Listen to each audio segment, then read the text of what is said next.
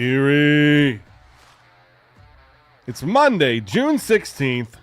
Welcome back. You're listening to Flagship City Sports Talk, brought to you by Quick Fill. I always have to check my date because I'm like, I'm always afraid. I look down too. I'm like, what? I put the rundown. I usually build it, a couple days before, 24 hours before, and I sometimes will write Monday, June 15th, and I would be incorrect. So I'm just double checking that. But to your point, Paul Adams back in the studio today. June 16th? Yeah. It's already June 16th. It doesn't feel like it, but it is. We're That's almost what the calendar tells me. November. We're almost halfway through the year. Yeah, seriously. Almost halfway through the year. Christmas is coming. I mean, we're only like 318 days away from the NFL draft, so I'm just saying. Paul, a constant worker, already working on next year's draft Just pod. saying. If we're looking ahead. That's true. That's true. Fellas, how we doing? Happy belated Father's Day. Thank you. Same to you. Yeah, thank you. Everybody in the room, we can now say that. Yes. Barely. No, not quite. It counts. It counts. It counts. I'll give you my weekend story from that. She put me in charge of the baby registration this weekend. That's dangerous. Online. Ooh. Okay, so I was is kind of it- like, wait. So how much Dolphins memorabilia is on this registry? there's a little bit. There's a little bit. This reminds me of that Everybody Loves Raymond where it's clothing optional. All right, so I did well. There was a list. I did have ChatGPT help me with what should I put on this thing. I got into it. I did really well.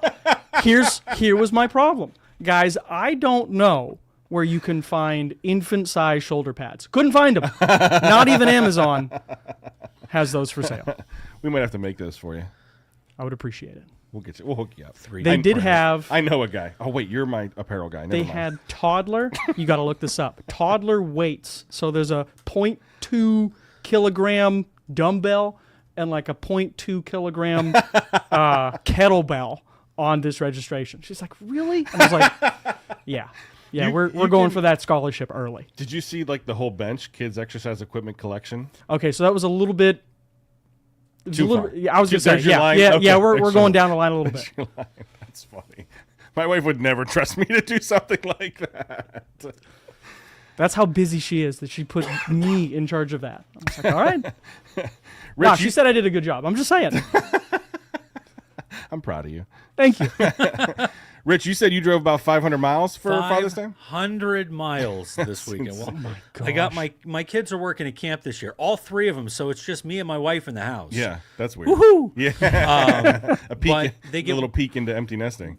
Yeah. Well, they are off like for 24 hours, so I went down on Friday and picked them up early. Yeah. And brought them, and then went straight to Ohio to pick up one of my scouts who did leadership training on the far side. The one disappointing part of the trip to Ohio, the gas Other than is the fact- not any cheaper there than it is here. Not right now. That was the No, it's one not. thing Ohio had going for them. Yes.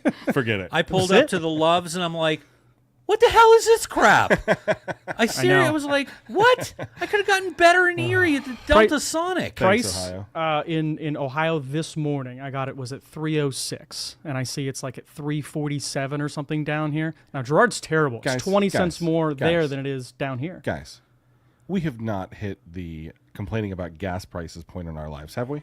Oh man, I jumped that shark a long time ago. I'm older than both of you guys, so you know what you have to look forward to. Dude, speaking of being old, so what we did for Father's Day, I wanted to go swimming, and it's Nice. still spring in Erie, so we can't We're go getting outside.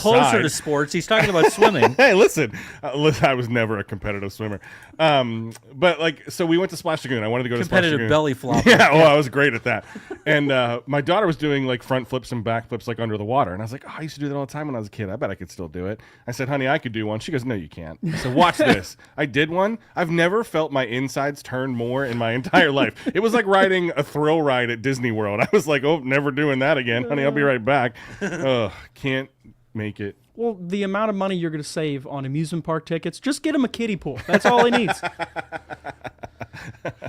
Although my 4-year-old rocked the little what you call it, boogie little board, surfing thing? yeah, Yeah. little surfing thing. The video was great. He was just 42 inches tall, just made it. The lady was like, "Are you sure?" I was like, "I'm sure," and he crushed it. So Love that. Anyway, welcome to Father's Day Sports Talk. No, we do got a lot of stuff we're going to get into today. But seriously, happy Father's Day. I love Father's Day. It is such a great reminder, even in all the chaos of life that comes, whether your kids are, younger like mine, older like Rich, or on the way like Paul's. I mean, it's just such an amazing thing to be a father, to be able to have that yearly reminder of why we live in this chaos. So congratulations to all the fathers out there of any kind. All right. So what we're going to do today is we're going to do two different things. We're going to talk about the Erie Sports Hall of Fame. That'll be the first thing we get into in a second. And then I'm super excited for this. We welcome back Ashley Kaiser to the show in a new role. We'll talk about that later in the show as well. So as usual, we overpack the rundown. So let's get into some sports talk. And we'll start with the Erie Sports Hall of Fame. So let's go ahead and jump into the North Shore Rewind. Although I guess we're kind of fast forwarding. Yeah, that's what the sound makes it. Well, no. I think it's a rewind. Well, maybe. There's some debate there, maybe later this summer. But we're looking ahead to the Erie Sports Hall of Fame because it hasn't happened yet. And they're all getting elected or put in because of things they've done in the past. Now we're having like rewind. an interstellar moment. Whoa. Look at you. Where were you? Where have you been all my life? So the Erie Sports Hall of Fame, the induction ceremony is set for June 25th at the Zemzem Shrine Club. One of my favorite names, by the way, the Zemzem Shrine Club. But what I thought we would do is let's run through the 2025 Hall of Fame class and just kind of talk about all these different pioneers, record breakers, hometown heroes, and just kind of talk about their lasting impact. And we're just going to go one by one. And this is no particular order other than the order that the Hall of Fame press release was in. So let's start at the top. And as I always say on this show, I'm going to butcher last names. I do it in class. You can ask Hallie, nodding her head off camera. And so I'm going to go through these names and I'm going to butcher them. Go ahead, call me out on the Gem City SN socials. But I want to start here. Wally Blucas. Okay, Blucas. Blucas. Okay, good. That's what I thought. All right. Dubbing him the architect of D10 sports. Before high school football playoffs really became a staple, Wally was one of the people laying that groundwork. He's a former IUP standout and IUP Hall of Famer. He spent more than 40 years in the Pennsylvania Interscholastic, that's a tough one for a Monday morning, Athletic Association, including a remarkable 32 years as chairman of D10. He's had his hand in just about every major administrative decision in D10 for the last 3 decades. So let me start this. Paul, you've spent a lot of time in high school sports as both an athlete, as a coach. How big is that to have that 30-year run? I mean, Blucas didn't just run D10, he was District 10. How important is that kind of administrative consistency in high school athletics? I mean, especially from someone who comes from Girard. Wally was Girard. So you're a fan. Big fan. Obviously, the people listening from Girard know that his son, Mark, won 2 state championships for Coach Holliday at Girard. Narrowly missed the third when he was a junior. But also from a personal standpoint, Wally is the reason that the track at Girard is what it is. Oh, yeah, he was the one who had it put in. Yep. He was the one who had the district meet moved to Girard for a couple of years there. So he was Girard, big time figure. Obviously, lived out that way, so that's where his kids, his family, his daughter, Kristen, still lives out that way. So still a staple in the area, obviously a staple of District 10, the PIAA. 32 years. I actually didn't realize it was. I knew it was a long time. It wasn't until the press release came out. I was like, 32 years. So a big time figure, obviously well deserved. We hear a lot about coaches and players, but how do these behind the scenes type figures like Wally shape that entire experience? Not only for the schools, but the student athletes, the coaches. I mean, you already talked about the track. Yeah. I mean, that's huge. I mean, the big thing, operational backbone. They're organizing venues, coordinating the officials, the media. Of course, they have to secure the equipment. And the dot the I's and cross the T's. We're talking insurance, administrative moves, advocacy, innovation, keeping things up to snuff with the federal standards, foundational rulemaking. I mean, you go back a few years, the PIAA wasn't as big statewide as it is now. Yeah. There was a little more centralized power. So Wally had a much bigger finger on how rules were made in his time. Yeah, you'd figure after 30 years, you're going to have your hands in some of those. Yeah, for sure. All right, up next, Jody Burrows, from Corey to Coast. Burrows was one of Corey's top athletes. She had 1,000 career points in basketball, was also a very talented softball player as well. Her talent carried her to Division I Northeastern University and then into a coaching career that has taken her across the country, as she's currently an assistant coach at Loyola Marymount in L.A., Los Angeles. Jody went from small-town Corey to D1 hoops and now coaches in L.A. How rare and impressive is a journey like that? Extremely rare. Transitioning from a small-town athlete, 1,000-point scorer in basketball, dominance on the mound for softball at Corey, to Division I at Northeastern. Incredibly notable. No, I love that. And I mean, in today's recruiting world, we see a lot of this, right? A dual-sport athlete and how important that is.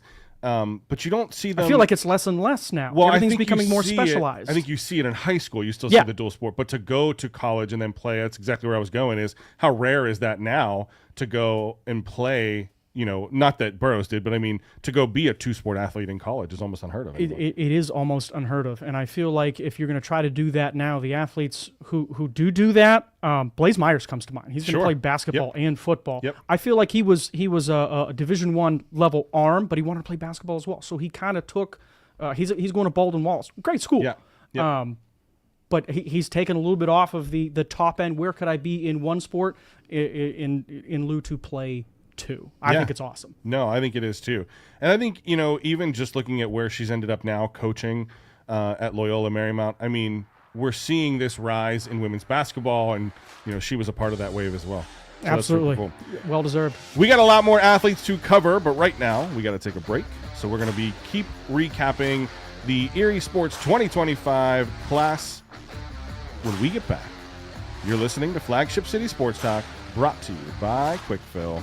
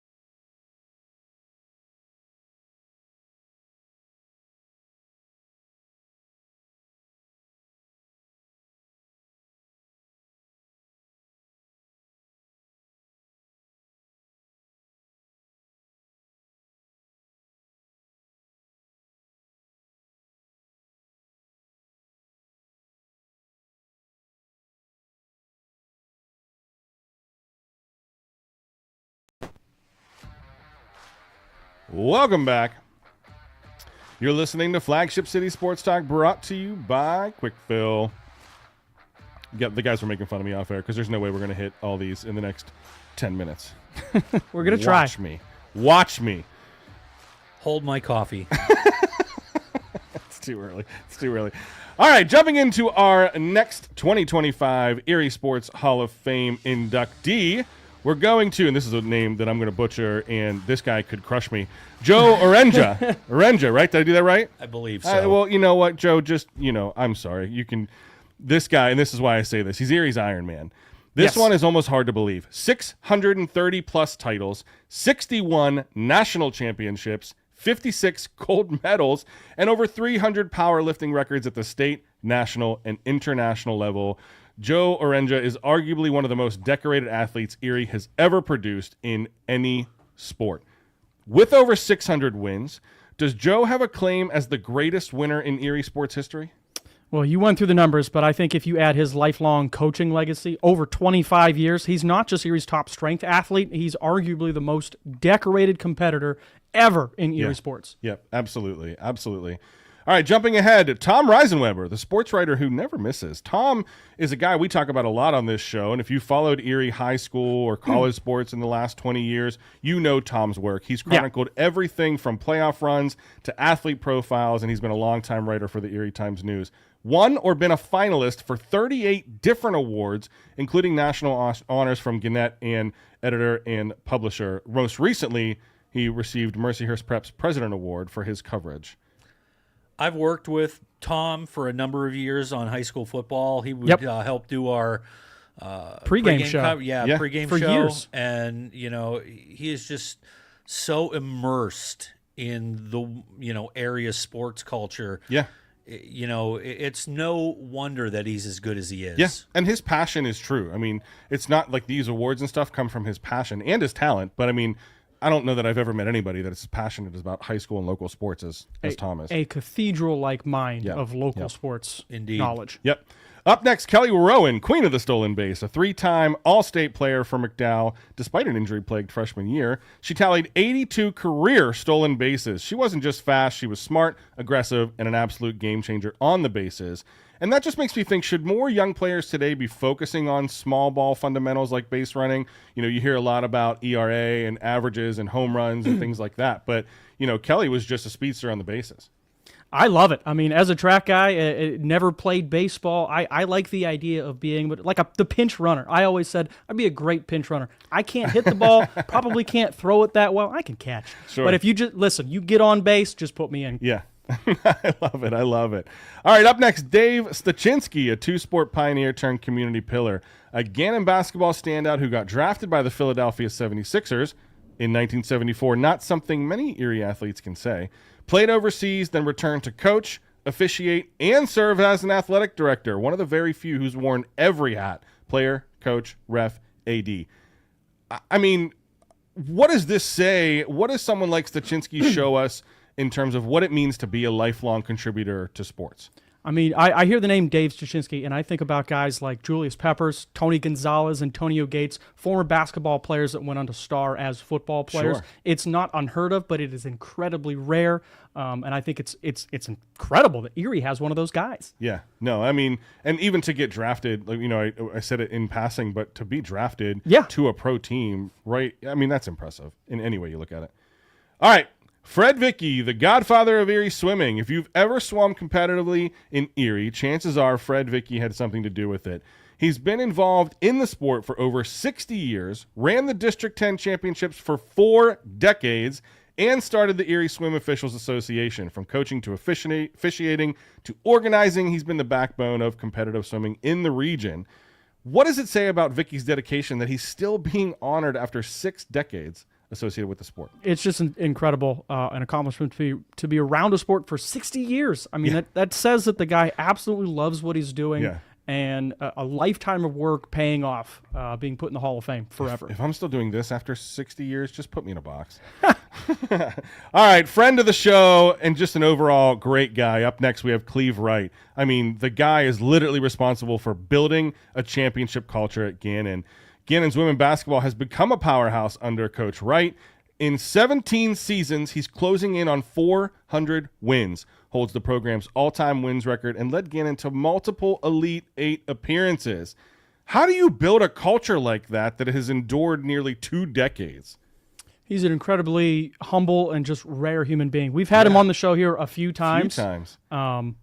He comes in for 1 segment, and we'll keep him for 3. He's the kind of guy that you just don't want to let out of the room. I could let him tell stories for hours. Magnanimous personality. People want to be around him. He's always preaching, saying the right thing, doing the right thing, acting the right way. That's how you build 2 decades of culture. 100%, and it's genuine. I mean, when you're around, even just being in studio with him, what do you need, Coach? Put me in. I'm ready for exactly. you. He just has that natural aura. Yeah, I think you're 100% right. I think you're 100% right on that one too. All right, last but not least, we have Jim Lekorchik, Erie's original sports voice. Unfortunately, it's a posthumous induction. And from what I've heard nothing but amazing stories about this guy. He's a true legend of the local media. Lekorchik played basketball at Prep and Gannon before being one of the most trusted voices in the region. Covered sports for Erie Times News, hosted on radio, and was the go-to play-by-play for high school and college football and basketball. How important was Jim's voice to Erie sports fans who couldn't be at the game? You know, until this show came on, Jim left such an incredible void when he passed away. And there are people that still talk about him to this day. When you say legend, Jim is one of them. Yeah, absolutely. Absolutely. I mean, local broadcasting is something that seems to be going away more and more. Yeah. And this guy was the gold standard. Absolutely. I mean, as a guy who grew up listening to LaCorchik and all those unbelievable early 2000s prep football teams, he is the gold standard for radio in Erie. Yep. Nope. I love it. All right, Paulie, I know we're running low on stories these days over the summer, but you still got a 2-minute drill? Oh, I got 5 minutes. All right, let's go. All right, let's start it off. University of Dayton golfer and Cathedral Prep alum Brecken Taylor run the 53rd EDGA Match Play Tournament, defeating top-seeded Mike Wolf at Lakeshore Country Club. 2023 District 10 champ Taylor allowed just 5 bogeys across 5 rounds. Taylor may compete at the EDGA Amateur in August unless Dayton's fall season begins first. Tough night for Oilers fans in Erie, hoping to see former Otter Connor McDavid hoist the cup on Saturday. Florida's Brad Marchand scored twice in a 5-2 win, becoming the first player ever with 5+ goals in 2 different Stanley Cup finals. McDavid did notch a goal, but it was too little too late as the Panthers held Edmonton scoreless for over 47 minutes. Game 6 is tomorrow night in Sunrise, Florida. Edinburgh University has named Ryan Cook as the first head coach of its new women's wrestling program set to debut in the fall of 2025. A 98 Edinburgh alum and longtime McLean coach, he also helped launch the girls wrestling at McLean and currently coaches with Team Pennsylvania's women's national team.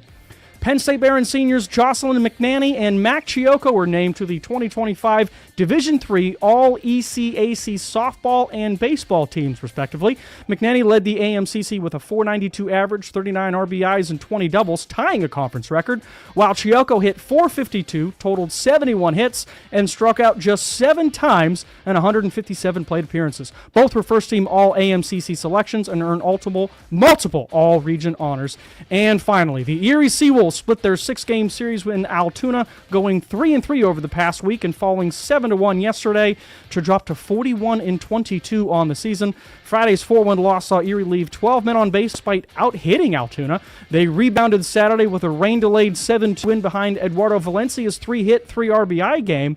However, Sunday's finale ended in a tough 7-1 defeat as Altoona's bullpen shut them down, with Justice Bigby delivering Erie's lone homer. They now have a half-game lead over the Akron Rubber Ducks. Yeah, and this week will decide, that playoff position for being first in that division. Big too. week, So, man. Yeah, it'll be fun. I mean, a lot of games coming this week too. How crazy was the U.S. Open this week? I didn't watch it. I only saw that last putt. Oh my gosh! Oh, and did you watch the angle of the putt from like the perspective of the fan, where it looked like a loop-de-loop? It like went around the green and came in. Like, it was the most amazing putt to win the championship as well. I was listening to a little bit this morning. They had a couple of radio clips. Whoever it was being broadcast. Yeah. Hey, he's just going to try to chunk this in here. And he's just going to try to get it close. Yeah. The real guttural reaction of announcers when it went in was awesome to hear. Just, he's got 2, and he's going to do it, and it's going to get close, and it God. You didn't expect it. And I don't think JJ Spawn expected it either. The closest golf has ever gotten to soccer. You're not wrong. You're not wrong. Hey, we got to take a break, but before we do, I want to take a second and thank all of our sponsors: Quick Fill, Dauber Auto Supply, John's Wildwood Pizza, and Denny's Sales and Service. Without them, we wouldn't be here for you. When we get back, we welcome back Ashley Kaiser to the Flagship Feature and to talk a little bit of Mercyhurst athletics. Make sure you stay tuned in. You're listening to Flagship City Sports Talk, brought to you by Quick Fill.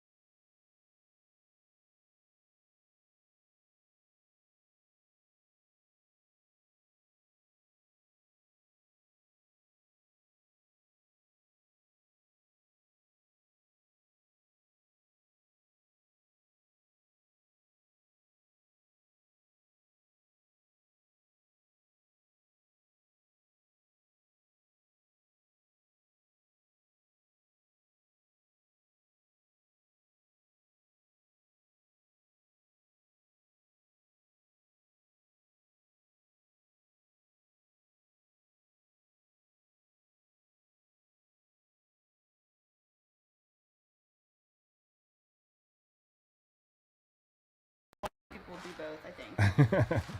Welcome back. You're listening to Flagship City Sports Talk, brought to you by Quick Fill. Whew. You know, nothing makes me feel less accomplished than like recapping the Erie Sports Hall of Fame. You're not wrong. I'm just saying. You know, sometimes I feel like I'm doing good in We're life. working on it, man. Working on it. Sometimes I feel like I'm doing good in life, and then I read a story like that, and I'm like, just go home, Nick. Just go home. But I can't, because we have a great guest in the studio with us today. Welcoming back to the show, we have Ashley Kaiser, who, in a new role, is the Director of Digital Creative Media at Mercyhurst University. Ashley, how are you? I'm great. Hello, everyone. It's good to be back. Good. So good to have you back in studio as well. Fun fact, I went back and looked this up last night because I was curious. You and Paul debuted on the same episode, all the way back on episode 2 in September 4th of 2023. So it's exciting that we're still able to get back together and do this. That's awesome. I do remember that, and it doesn't feel like I was here that long ago. It feels No. like just I said the same yesterday. thing. I was like, really? Yeah. That was 2023? Forever ago, I guess now, but Yeah, almost 2 years. Almost 2 years. We were auditioning Paul that episode too. We were like, okay, he's guest co-hosting. Kind of, it's like an interview. He crushed it. We kept him around. yeah, I guess you're pretty good if you're still here, huh? I was gonna say I thought you were great that episode, and it made me seem like I didn't have to talk. So I was like, that was fantastic. I came across great. It's always great when you have a bunch of people in the studio because it's Right. easy to bounce around ideas. Yeah, applications were low for the show. I'm just kidding. I'm just kidding. But no, I mean, it's been a lot of fun. It was me And or Ashley, and she got the job at Mercyhurst. So here I am. we tried. We threw the bank truck at her, and she was like, "I'm not hanging out with you guys." But no. I mean, so there's a lot that's happened since then. So that was September 4th, 23. April 4th, 2024, Mercyhurst announces the move to Division I, and then they make their best move in September 2024 by hiring Ashley as the Director of Digital Creative Media. So Ashley, that's an awesome title, first of all. Thank you. You're too kind. What does it mean? What do you do? What do you get to do in your day-to-day? Yeah, my role, it takes on a lot of different things, right? Especially at a smaller school, even though we decided to go D1, there's Yeah. a lot of, different moving parts, and we're still figuring it out. But transitioning all of my roles and everything I learned at Jet over to Mercyhurst was super useful, and I was familiar with the campus and a lot of the coaches and administration, athletic director Joe Spano. And it was easy to take those skills, move it over in a different capacity, right? Yeah. So I do a lot of the same things in terms of interviewing coaches, players, doing highlights, filming, using the camera, things like that I used in sports media. So as I took on that role, I would do that on game days. But then behind the scenes and, the Monday through Friday, 9 to 5, right? You're talking to coaches, you're doing schedule releases, you're keeping track of, conference rewards. You got to send those into the NEC for players that are standing out each game. And there's a lot of different moving parts in terms of promos, giveaways, getting the students involved and things like that. So you kind of joined at a crazy time. I mean, it was months after the announcement to D1. So how does that, let me ask it this way, I guess.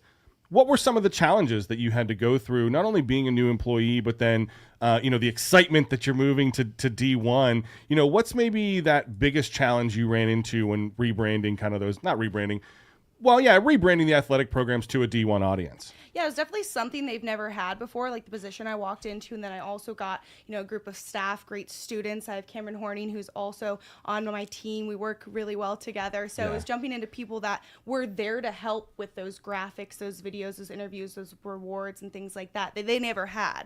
So typically that'd be like an assistant coach or a GA for the actual sport itself, taking over those roles. And it was more or less being like, I got this, like, give it to me, or let up the reins. Because a lot of coaches working in smaller schools, they kind of learn to stretch and take on different roles in terms of like, head coach at a large Division I school necessarily won't ever even look at a graphic that's going to get posted for, player of the week and things like that. And that's something that coaches kind of had to push and make sure got done, or, suggested a story idea or something to administration. And that's something that we're digging for, right? Because that's our full-time job. So it was, I guess, adjusting to get people to trust us Yep. and come to us for those things. Yeah. And, it became a smooth process once they have somebody to lean on and do that role. Well, and I think knowing you for as long as I have, and then knowing your work ethic, and then knowing what you went through in sports media and working in news, I mean, that had to have been a really fun transition for you too, because you're used to finding that story. You're used to trying to find that angle.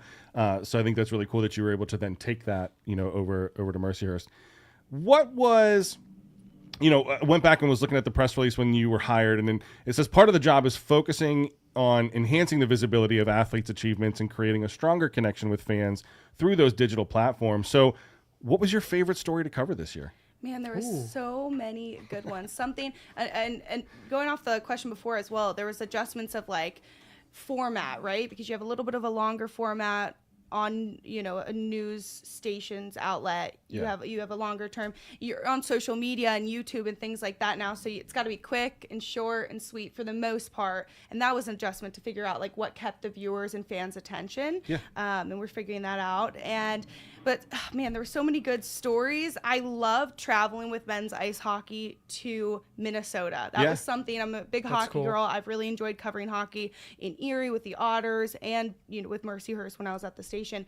But being able to travel with the team and go and cover multiple games, and obviously in such a big capacity of being in the state that hockey is literally made. But so that was something that I really enjoyed. I've always wanted to jump in and cover either like one specific team or organization or school. So being able to go over and do that and fully jump in, you really get to know the players and the coaches. So it's easier to bring up those different things or notice like, hey, last game you guys struggled with this, and this week we really saw you change. I felt like it was a little more personal because you get to know everybody, and it makes just your job a little more easy because you feel like you know what you're talking about a little more than being pulled into a lot of different directions. You just feel like it's second nature when you're around everybody because you know every player's names, like and their stories, where they came from, everything. And that was really fun. Was there a personality that you really like to cover, like get somebody's opinion on something? Oh man, those guys are hilarious. They always have something to say. I like to joke about how there's the classic hockey interview though, that you can almost expect what they're gonna say at any level. It can be high school or it can be professional, and they've kind of got a script, and they all watch each other, so it's kind of got the same cadence, right? Yeah. They're so fun. I mean, head coach Rick Godkin's amazing. He's really helped me and guided me. He has so much experience, and he's also a really funny guy to be around. If you sit around a table with him and chat with him, he's gonna give you a lot of great stories and laughs. Yeah. So it's been exciting to be a part of last season, and obviously has one more season with Mercyhurst that we're going to see next year. So getting to be there for all of it has been amazing. You were on for episode 2. I think Rick was like shortly 4 thereafter. or 5. Yeah, I afterwards. mean, you're 100% right. He was so much fun to talk about. And he announced his retirement after this season, so we'll have to get him back on the show for that one too. Absolutely. It's fun. And they played at the University of Minnesota Arena, right? The 3M Arena, I think is what it's called. Yes, absolutely. It rivals most like NHL stadiums. Oh it's my huge. goodness, yes. It's massive.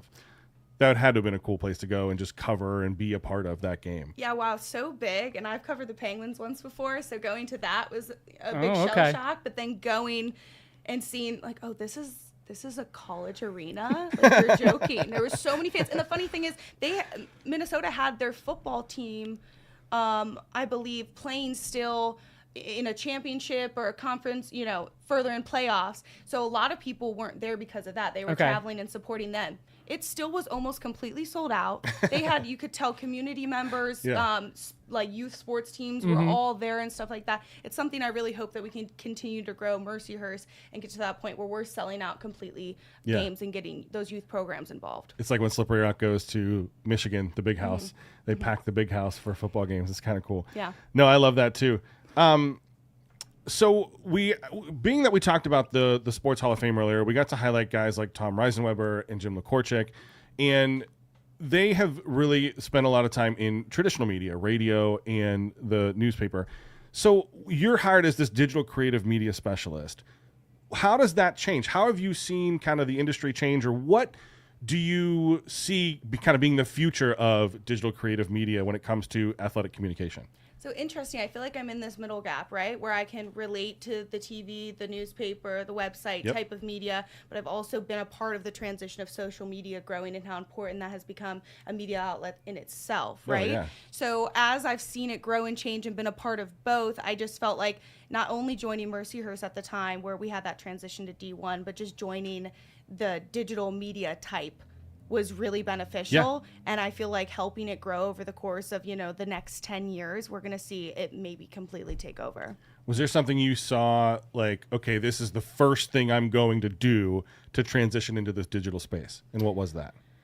First thing, I don't know. I think it's been little things in moderation, and it's every day keeping an eye on, there's examples of other colleges and platforms and people, and just seeing kind of how they're developing. I'm constantly learning, and I'm constantly making mistakes and correcting myself and making those adjustments, and it's a learning process, but it's adaptable and it's flexible, and it gives you that ability to make mistakes and learn from it, right? Yeah. You talked about, you're in that planning process as we're in the summer.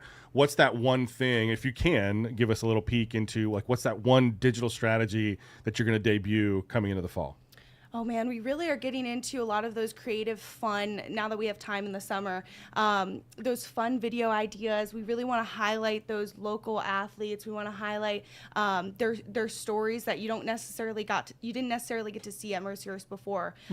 Sitting down with them, hearing where they're from, what's their goal, how do we get you there, things like that. And you really get to know those people. We have a lot of local athletes that commit and go to Mercyhurst because they love Erie. And I really want to tell those stories. But also, like, I don't know if you saw our football schedule release video, just having the chance to go around and highlight Erie in itself and get those fans that are a little maybe further away, their kids go here and they're not from here, and get to see what Erie's all about. I mean, we're not just Mercyhurst. We're a great big city with a lot of cool things.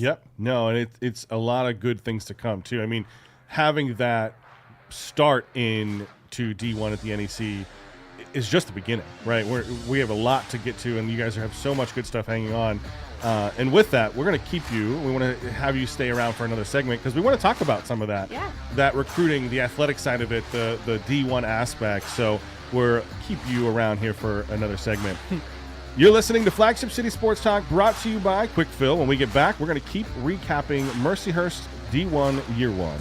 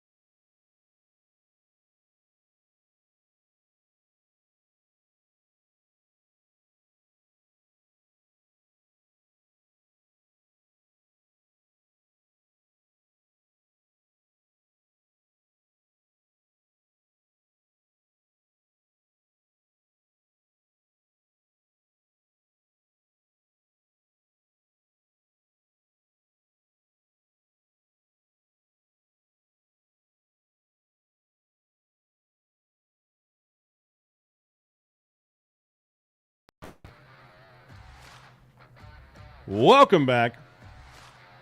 You're listening to Flagship City Sports Talk, brought to you by Quick Fill. Ashley Kaiser is still hanging out with us in the studio. If you missed any part of today's episode, whether it was the first half with Ashley, this is it's a Monday. I blame the chlorine at Splash Lagoon. There you go. Or any of that Father's Day talk or the Erie Sports Hall of Fame talk. Make sure you go back and check out the podcast. Anywhere you get your podcast, look for the Gem City Sports Network. All right, like I said, we're still hanging out with Ashley. Ashley, I want to take this last segment of the day and really kind of look at Mercyhurst jumped to D1, almost like a year in review, right? I think this was such a cool story to see come out, and I think it was big news for Erie athletics, and I think it's only going to be bigger. You know, and there's a lot of naysayers that are like, well, it's just the NEC. Get out of here. D1 is D1, and you have that perspective, right? So, you know, this kind of all was in motion before you started, but I don't know if you could kind of give any insights to what were some of those primary motivations for Mercyhurst to make that transition to D1. Yeah, like you said, it started before I was there, so I got to see a little bit, you know, as it spun out and kind of got really started into the prime first year, right? Our athletic director, Joe Spano, has done a really good job building this program, and he was a head coach for a long time, so he really saw what it takes and is really good with communicating with those coaches and getting them to the point. I mean, a lot of coaches really wanted to see the improvement. You saw different sports, and it's like, you're right, it's in any conference, but some sports would dominate, right? Yeah. They would crush it, and they needed a bigger challenge. And in any school, in any sport, some will not be like that. You Sure. know, Oh, yeah. D2. Yep. And when you move up into a Division 1 in the NEC, you're going to have some challenges, right? You're going to see some sports struggle and make that adjustment. Yeah. But a lot of them didn't get the chance to recruit for Division 1 Right. athletes, right? Yep. So they were taking what they had and working with it, and a lot of them did really well and exceeded. But I think once we have a full year of recruitment for every single season, Yeah. we'll see a lot of adjustments, and we'll pull, not that our athletes weren't amazing before, but some of them didn't expect to be Yeah. playing Right. Division 1. But yeah, I mean, I think there's a lot to learn from this past year, and I think we're already making some steps in the right direction with coaching adjustments and bringing in some really talented athletes. Yeah, and you kind of talked about that a little bit too in off air. You were talking about some new coaches and some new sports that are coming up and stuff like that. So give us some insight. You know, what are some things kind of That's what I wanted to hear. coming New up? programs. Yeah. Yep. Yeah, looking ahead, I mean, there's so many exciting things. We're continuing to roll out some announcements of new head coaches and some assistant coaches. I mean, that typically changes very often. Yeah. But some of those big ones to check out for is if you saw that our women's head basketball coach was announced, Erin Mills. She's coming. She started her career at Mercyhurst. Oh, okay. You know, it's fresh out of college as an assistant, getting her feet wet, and decided many years later, with a lot more experience under her belt from great programs, decided to come back home and you know, build the program in its prime of being D1. I mean, and last year the girls had a great season. They still did really well in the NEC. They did 6-10 in the conference under Brooklyn Kohlheim. So we saw progression there, and I think a lot of people thought, you know, they weren't going to do as well as they did. Sure. And they played some really competitive programs and put up a good fight. Even some of the games they lost were really close, overtime losses. And so you just saw that progression. We are going to be losing a few girls, but we have a really young underclassmen that are going to step in and take on those roles. A lot of strong freshmen last year. Yeah. So that's a big one. Of course, I have to point out the excitement of men's soccer last season. Big conference wins. They were amazing the previous year. Yep. But to come into D1 in the NEC, have some big conference win, and go on to win the regular season title under Austin Solomon, that was, I would say, the highlight for the entire athletic program, to see them come in, dominate, and have a lot of really competitive close games, but to come out on top in the conference just shows that if we were able to go into the postseason, I mean, what would they have done? That's a really strong group of diverse players that come from all over the world to play for Mercyhurst. How much of that crew comes back? Yeah, we have a lot of people leaving. I think it was about 9 leaving, but again, so many underclassmen. They have a reserve team as well, so there's an abundance of really strong players that are just waiting for a chance to get out on the pitch with that immediate varsity program. So we'll have a lot of those guys, I'm sure, stepping up, and then as well a lot of new incomers that are transfers and you know, new talent coming to the area. And I mean, this list goes on, but 2 big things to note is that women's flag football. Yes. I'm psyched about this one. Yeah. And that's something that a lot of people are eager. We've seen it grow in Pittsburgh. We've seen it grow in, Cleveland. It's kind of been popping off a lot as well. You've seen these NFL programs kind of leading camps and stuff like that, getting girls excited. So one thing that people have noticed is, hey, that's a growing sport. We're a small school that has a lot of diversity in in sports teams. We have some programs like water polo and things that other schools don't necessarily have in the area. So that's something we can pull in athletes that are strong at the high school level, but then don't have anywhere to go, right? There's not a lot of collegiate teams. Yeah. So we'll see that grow. And the excitement behind that is that we have very awesome coach, Zach Helsley, leading the team. He was announced as the head coach recently. He's been a strength and conditioning coach for football and graduated from Mercyhurst as one of the star players Watched for him in several high years. school. Tremendous Yeah, running back, local linebacker. guy. Local guy, excited to stay in the area and help build something from the ground up. And I know he's got a lot of recruitment going on, and he signed a bunch of players, if you saw on social media. So we've got a good group, some local girls too that are staying in the area and going to play part of that first roster. Hallie, if you're looking for grad school, you could join the flag football team. I know a guy. I can send you his number. We also got track and field, which was a big one coming, and we have a lot of local high school track programs that are really outstanding. With You're speaking Paul's language. Yeah, with no ability to stay local. Mike Palmer, another great Erie guy, staying in the area, going to the next level, leading that D1 program. So I'm excited to see where that's going to take. I know we got even athletes on campus that stopped, after they graduated that are excited for that opportunity to hopefully run. Great. Yeah. You're pumped. I'm pumped. She came in here. I knew about the flag football. By the way, we've been trying to get a hold of Coach Helsley. So I don't know if you want to drop my text. We have a connection. Yeah. That's what I'm saying. Would love to have him on, talk about the football team. I did not know about the track and field program that's coming in. I asked you, and I won't ask you again because we'll figure it out. You can send me a text later where they're going to run and everything. But I did not know that was coming. So Mercyhurst has, and we've talked about it here on the show, a tremendous cross-country program, but they didn't have track. Yeah. So for that those cross-country guys are going to have something to do year-round now. Yeah. Another more chances to compete. Division I, bigger races, bigger opportunities. And like you said, track and field in our area is actually, it's super underrated. We had a lot of gold medal winners come out of the 5. District 10. I want to say 5. I was going to say Erie and Crawford County with, like you said, Penn State Barron has one, Edinburgh has one, but that's it. And they both those programs did exceedingly well this year. We just talked about some medal winners and season awards. So I think Mercyhurst will do well recruiting this area and obviously outside of this area. But I'm excited for a track program coming to the south side of Erie. Yeah, me too. And cross country did really well this season as well. They went on to run in the NEC finals and stuff like that. And a lot of those players, when I spoke to them, we broke the news to them in a video.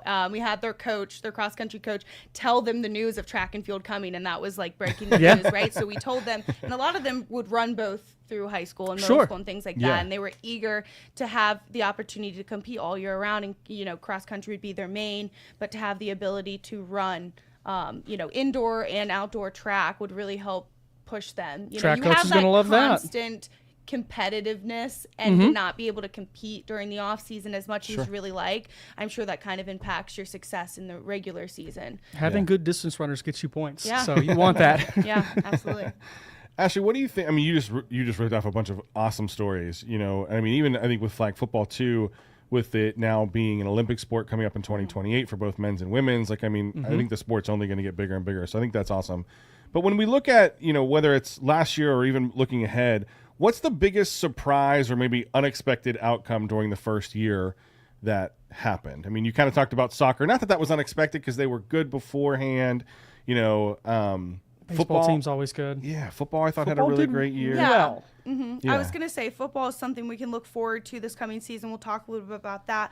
But they had some exciting wins. I know people were a little hesitant with their schedule because it wasn't all completely Division I. And that's something that if you're in athletics, you can understand that you have to ease into that. You have to play so many games. And with us being announced, some big schools have their schedule already set, right? Right. Yep. So and Years they won't in change advance. it. So some schools don't, and they make those adjustments and things like that. But we did have an exciting exciting way to wrap up the season. We beat St. Francis 21-20 in an exciting fashion. If you saw those highlights in the end of the game, very exciting. Knocked them back down out of Division 1. Yeah, absolutely. Absolutely. Yeah, St. Francis is going D3, so they're out. We'll get a chance to compete with them again. Well, maybe, because we had to play some other divisions last year. We went to Montana State, which was huge, chartering those guys over, getting to play in such a large stadium, and that was really big time for them early on in the season. We're going to see that again this year. We are going to play Montana State and then go to South Dakota. So big name, big programs, big competition that we're going to see our program go against. But, you know, the NEC is tough. It's tough. Yeah. And we're continued to progress. Our homecoming is October 4th versus LIU, and we're going to start the year off against Youngstown State. Okay. Oh, okay. So a lot of the excitement Penguins this coming year. to town. Yeah. Yeah. No, that's going to be fun. I mean, it's a fun story to watch. I think it's exciting that Erie has a D1 team to focus on. I expect the Mercyhurst Lakers flag in front of Mount Rushmore when you're out there. Oh, yeah. Who came up with the Carpe Diem, the D1 EM? I think I would have to be Joe Spano. Yeah. Was it really? I believe. Man, that was a good logo. It looked good. Credit. Well, we look forward to covering Mercyhurst in the years to come. Thank you, Ashley, so much for coming in and hanging out with us. Thank you for having me. Yeah. I'm signing off for Paul Adamzak, Ashley Kaiser, Hallie Parker, Rich Smith. Go out and watch some sports. That's it. We're done. Have fun.